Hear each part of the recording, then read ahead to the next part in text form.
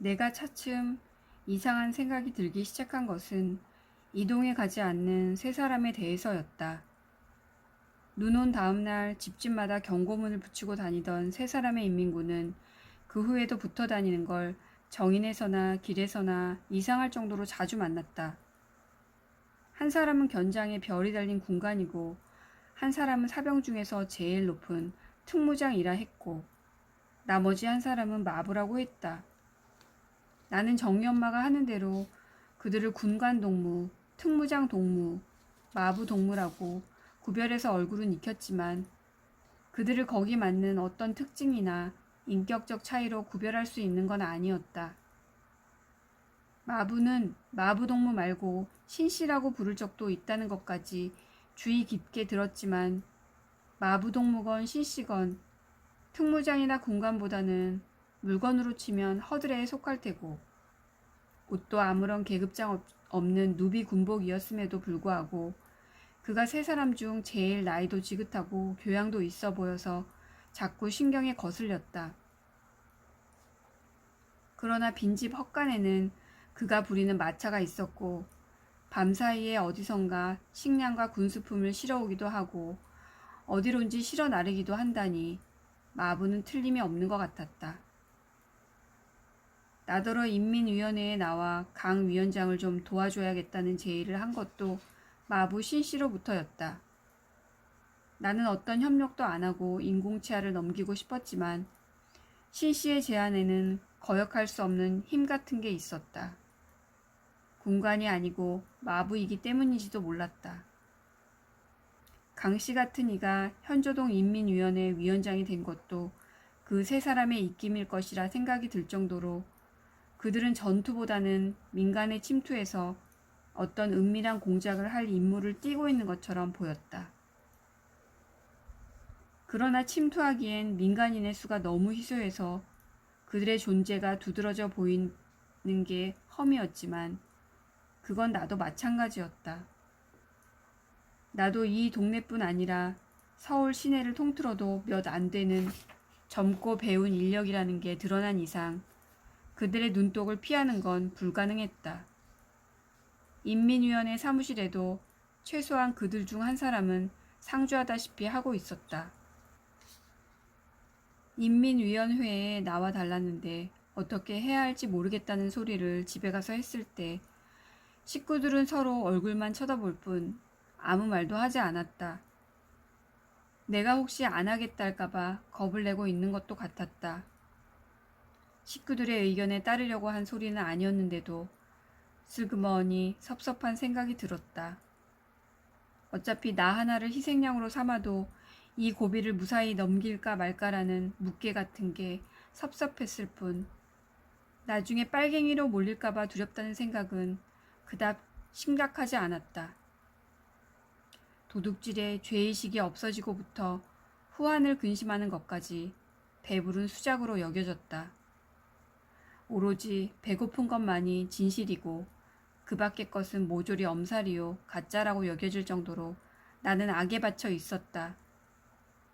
인민위원회에 나가는 일에 그닥 몸을 사리지 않았던 것도 깊은 마음은 식량 문제와 닿아 있었다.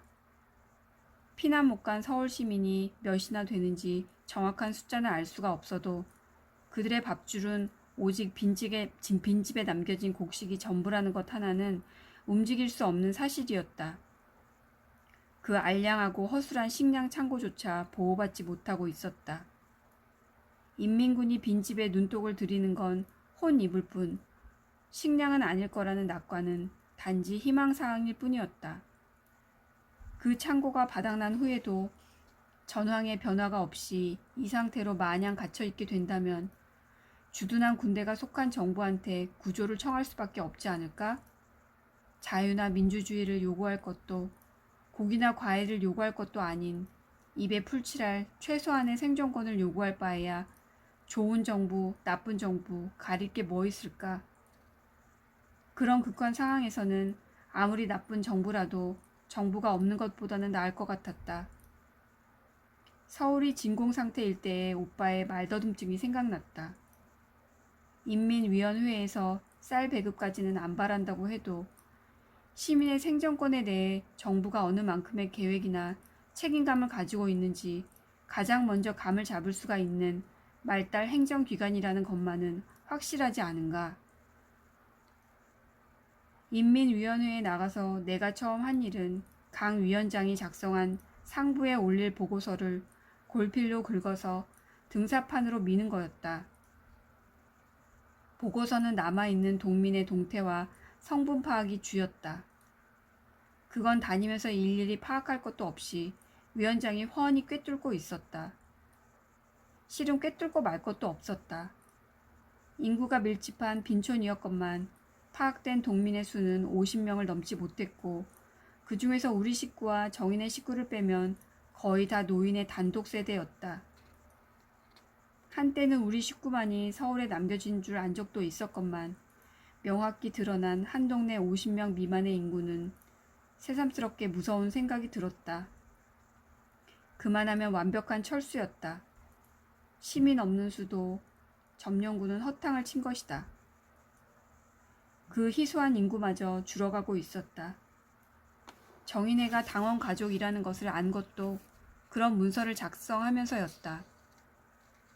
왜 그녀와 내가 식량 문제를 같이 걱정할 수 없는지 알 것 같았다. 그러나 그 집이 특별한 대접을 받고 있다는 증거가 있는 건 아니었다. 정희 엄마는 인민군이 패주할 때 월북한 남편이 돌아올 것을 믿고 남아있지만 아직 확실한 소식도 모르고 있다고 했다. 위원장한테 들은 얘기였다. 할머니 한 분이 죽어 있는 걸 강 씨가 발견했다. 임종한 지 오래되지 않았다고 하니 그건 강 씨가 그만큼 자주 혼자 사는 노인들을 염두에 두고 돌아보았다는 증거일 듯 싶어 그에게 호감이 갔다.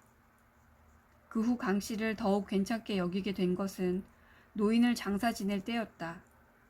장사랄 것도 없는 단지 뒷산에 갔다 묻는 일이었는데 그 문제로 그는 마부 신씨와 특무장과 군관 동무와 차례로 말다툼을 했다. 특히 군관 동무하고는 큰 소리로 다투었다.